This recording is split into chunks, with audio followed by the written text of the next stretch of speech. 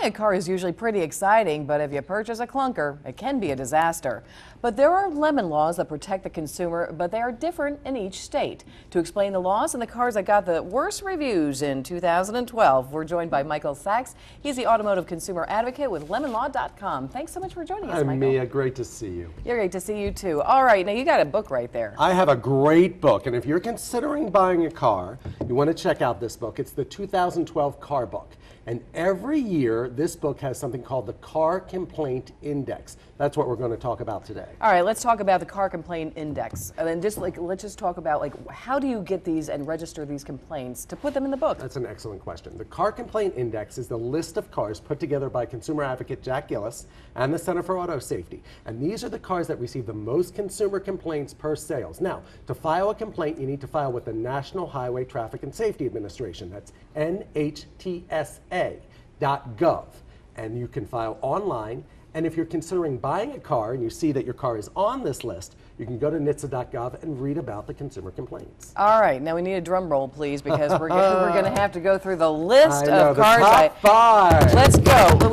We'll go in order. We'll start with number 5. How about that? Let's start with number 5. And this is a car that is no longer going to be produced effective 2013. What is it? It's the Lexus HS. And that's a nice car. It's a great car. I drove one. I really enjoyed it. It's a hybrid sedan. It's absolutely beautiful. Drives very smoothly. At least you can see it right there. Yeah, it's beautiful. And you know, the fact of the matter is, for a hybrid, it's magnificent, but that's the problem. People who think they're buying a hybrid for the environment, they've never driven a hybrid before. Hybrids do not drive like regular vehicles, and a lot of people were complaining about braking issues, acceleration issues, lunging issues. If you want a hybrid, you need to test drive that hybrid, not just around the block. You need to take it on the highway, open it up, get it on the road. Okay. Make sure that you appreciate how a hybrid drives. Some consumers did not. They filed complaints with NHTSA, and as a result, they were high up on the list. All right, let's go to number 4.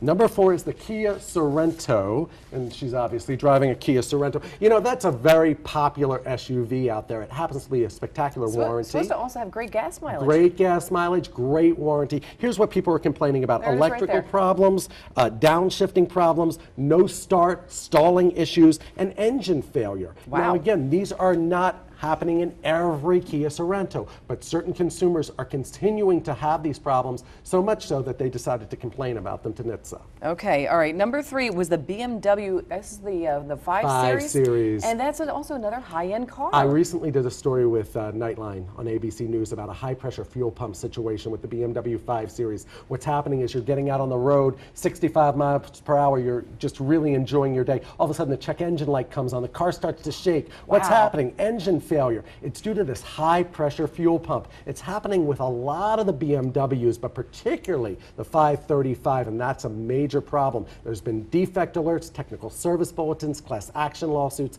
If you do have one of these cars, you need to look into the high pressure fuel pump. Well, I would imagine that would be pretty scary to have that scary. At 65 miles an hour. Wow. All right, number 2. The Hyundai Sonata, beautiful car, very, very popular, and the warranty is extraordinary. Now remember, this is a car that has a lot of sales, so along with a lot of sales, there are a lot of consumer complaints. In this particular issue, we're talking about driving down the road and all of a sudden alignment issues. It's pulling to the right or it's pulling to the left. My mother-in-law actually, who's in North Carolina, she visited last weekend and she said to me, it's like my car has a mind of its own. I'm driving straight and all of a sudden they're like going to the left. I don't want to go to the left. And there is an alignment issue with this vehicle. It's a beautiful car. There's something wrong in how they built it. And unfortunately, they haven't been able to fix it yet. Not to laugh, but it just sounds to have a car with a mind of its own. Interesting analogy. All right, and then let's go. Here's where we need the drum roll. This is the. We'll do one more. There we go. The Toyota. The Toyota Prius, which is the most popular hybrid vehicle around. Now, if you notice, number 5 was a Lexus, which is a Toyota, and number 1 is another Toyota hybrid vehicle. And the unfortunate thing, once again, this is a great, great car. There are so many out there, but people thought they were buying this because they were going to be safe to the environment. They were going to save on gas mileage. They didn't understand that this car does not drive like a normal car. Also, last year we were reporting on sudden acceleration situations with floor mats. People were saying, oh my goodness, I see this on the news, it must be happening to me as well. My car is bucking, my car is lunging. All of a sudden these complaints are coming out. So basically, if you have a hybrid vehicle, doesn't mean that you have a problematic vehicle. It just means it drives differently than your normal vehicle. Now let's talk about the book right now. Just say you are looking for a car and your car is listed in there. It doesn't necessarily mean... Doesn't mean that you shouldn't consider the vehicle. You know, an educated consumer is an effective consumer. So basically, if it's on the list, all you need to do is figure out why it's on the list. And as long as you're prepared, as long as you understand that there are consumers complaining about it and what they're complaining about, then you'll be prepared. If you have an issue, you'll bring it to the authorized manufacturer's dealership, you'll tell them what's happening, and they'll fix it. So it's not a cause for concern. It's just one tool in the toolbox when it comes to buying a car. All right, now you're a car guy, so I'm going to ask you the other question on the other side of the spectrum.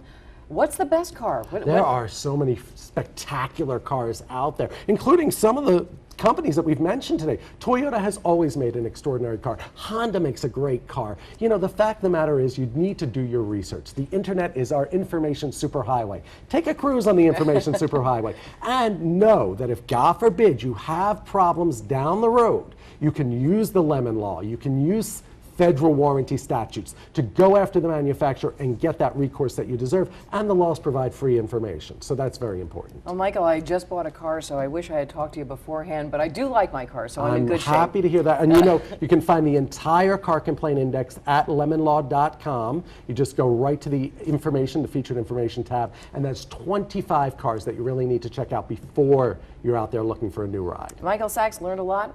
Michael Sachs again, lemonlaw.com. Thanks so much. Thanks, again. Mia.